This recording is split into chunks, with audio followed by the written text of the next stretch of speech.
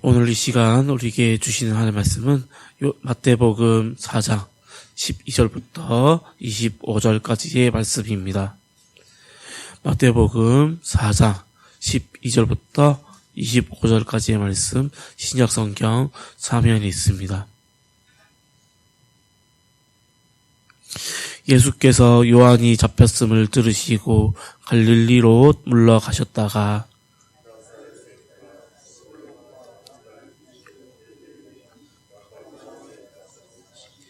이는 선지자 이사야를 통하여 하신 말씀을 이루려 하심이라 일렀으되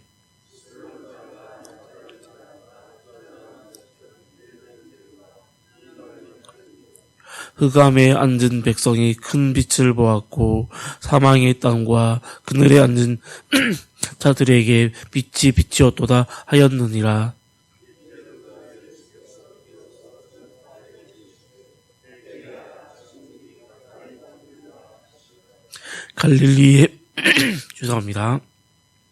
갈릴리 해변에 다니시다가 두 형제 곧 베드로라 하는 시몬과 그의 형제 안드레가 바다에 그물 던지는 것을 보시니 그들은 어부라.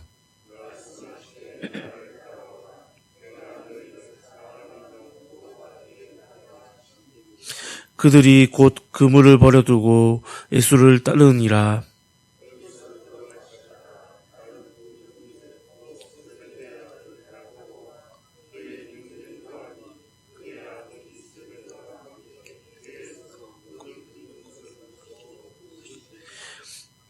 그들이 곧 배와 아버지를 버려두고 예수를 따르니라.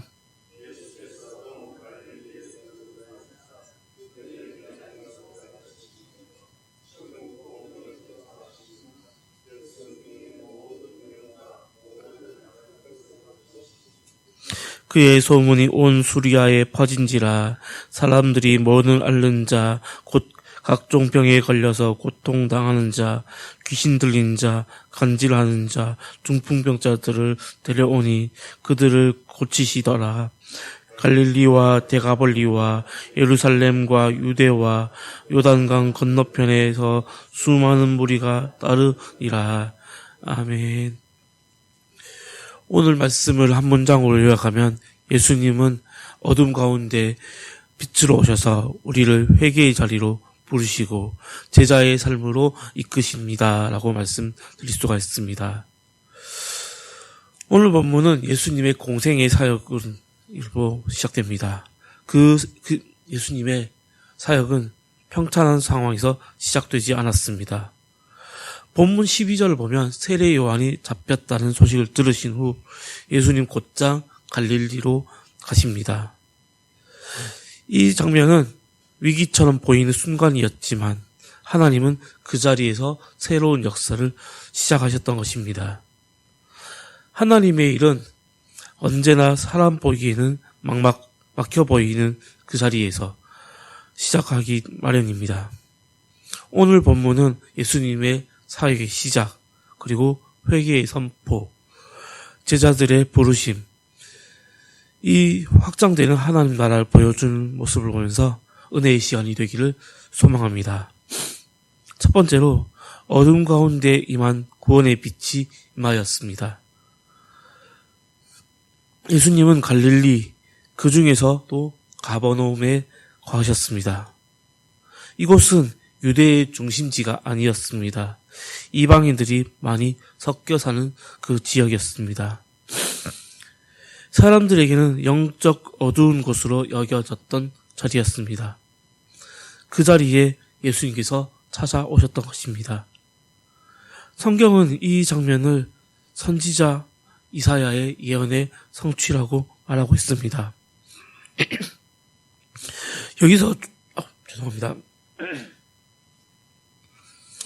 여기서 중요한 점은 사람들이 빛을 찾은 것이 아니라 예수님이 그 빛이 사람들이 찾아왔다는 것입니다. 예수님께서는 잘된 사람, 그리고 잘 준비된 사람, 그리고 경건해 보이는 사람만 찾아오시는 분이 아닙니다. 어둠 속에 앉아있고 상처 입은 자, 절망 속에 있는 자들에게 먼저 찾아오시는 분입니다. 우리 인생에도 어두운 시간이 있습니다. 기도해도 응답이 없는 것 같고 또한 앞이 보이지 않고 캄캄한 그 순간이 있습니다. 그러나 오늘 본문은 분명히 말하고 있습니다. 빛은 지금도 어둠을 뚫고 찾아오고 있다는 것입니다. 우리 예수님께서는 오늘 또 우리의 삶의 자리, 그 어두운 자리를 직접 찾아오고 계시는 분을 믿으며 나아가는 우리 예천교회 성도님들이 되기를 소망합니다. 두 번째로 하나님의 그 나라는 회개로 시작하게 됩니다. 예수님의 그 첫 설교 정말 분명합니다. 회개하라, 천국이 가까이 왔느니라 라고 말씀하고 있습니다. 이 회개는 단순히 주님 잘못했어요 라고 말하는 것이 아닙니다. 이 회개는 우리의 삶과 인생의 방향을 바꾸는 정말 중요한 결단인 것입니다.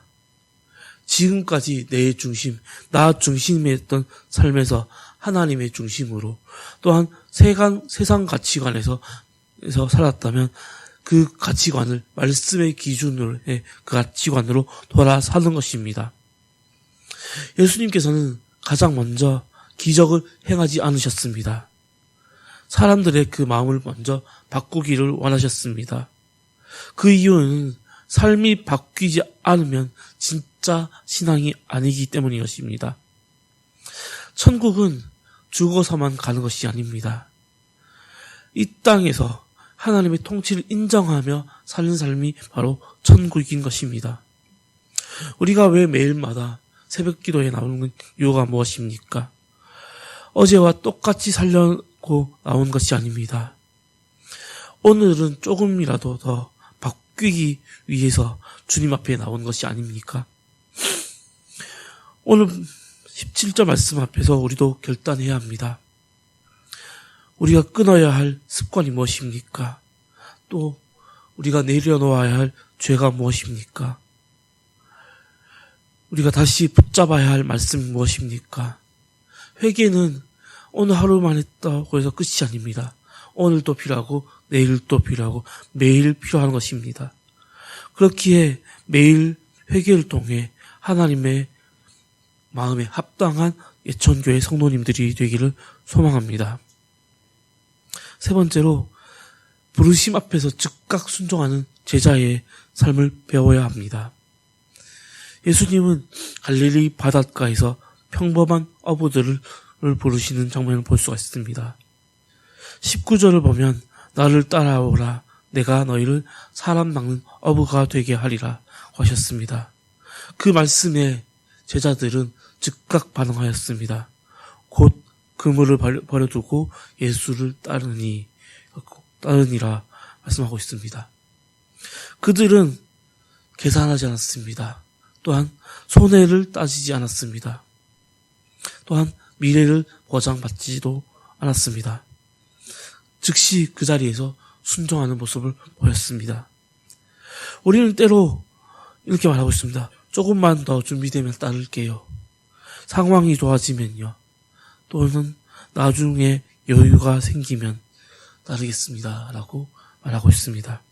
그러나 제자들은 지금 즉시 그 자리에서 순종했습니다. 예수님은 그 순종하는 그 자들을 데리고 사역을 시작하셨습니다. 가르치시고 복음을 전파하시고 병든 자를 고치셨습니다. 그 결과 많은 사람들이 예수님을 따르는 것을 볼 수가 있습니다. 하나님의 그 나라는 순종하는 사람, 그 사람을 통하여서 확장되는 것을 믿습니다. 완벽한 사람을 통해서 일하는 것이 아닙니다. 즉시 그 따르는 자, 순종하는 자를 통하여서 일하는 것을 믿으며 나가는 우리 예천교회 성도님들이 되기를 소망합니다. 오늘 말씀은 우리에게 분명히 말하고 있습니다. 어둠 속에서도 빛 되신 예수님을 따르라. 그리고 매일 회개의 자리로 나아오라. 조건 없이 즉시 순종하는 제자가 되기를 소망합니다. 그래서 오늘 이 새벽에 이렇게 결단하기를 원합니다. 주님, 어둠 속에서도 주님을 따라가겠습니다. 매일 회개의 자리로 따라오겠습니다. 미루지 않고 즉시 순종하는 주의 자녀가 되기를 소망합니다. 이 결단을 통하여서 오늘 하루도 빛을 따라 걷는 성도, 그리고 복음의 향기를 드러내는 예천교회 성도님들이 되기를 소망합니다. 기도하겠습니다.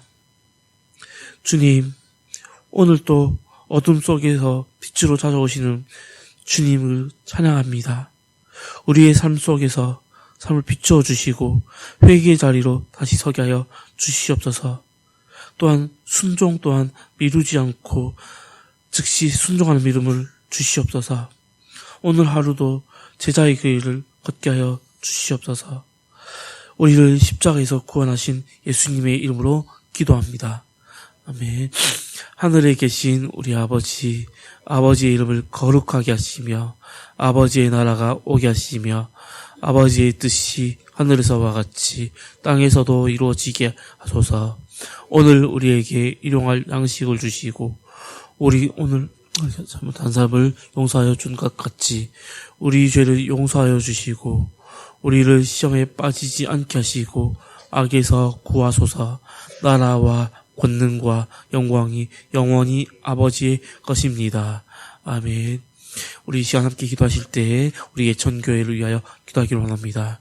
우리 교회가 믿음의 반석 위에 서게 하시고 또한 모든 성도가 함께 일어나 복음의 빛을 비추는 교회가 되어서 예천지역의 노아의 방주의 역할을 하였던 것 잘 감당하기를 구원의 방주의 역할을 잘 감당할 수 있는 그러한 교회가 되기를 원하는 마음으로 기도하기를 원합니다. 그리고 우리 예천 지역과 이 나라를 위해서 함께 기도하기를 원합니다. 또한 우리 교회에 환우들이 있습니다. 그 환우들 가운데 하루속히 회복의 역사를 보게 하시고 그 회복을 통하여서 하나님을 예배하고 또한 간증의 주인공이 되기를 원하는 마음으로 기도하기를 원합니다. 그리고 우리 교회에서 파송한 선교사님들과 그 선교지들 그리고 해외 선교사님들을 위하여 기도하기를 원합니다. 그리고 각자 긴 기도 제목을 가지고 주여 한번 외치고 기도하겠습니다. 주여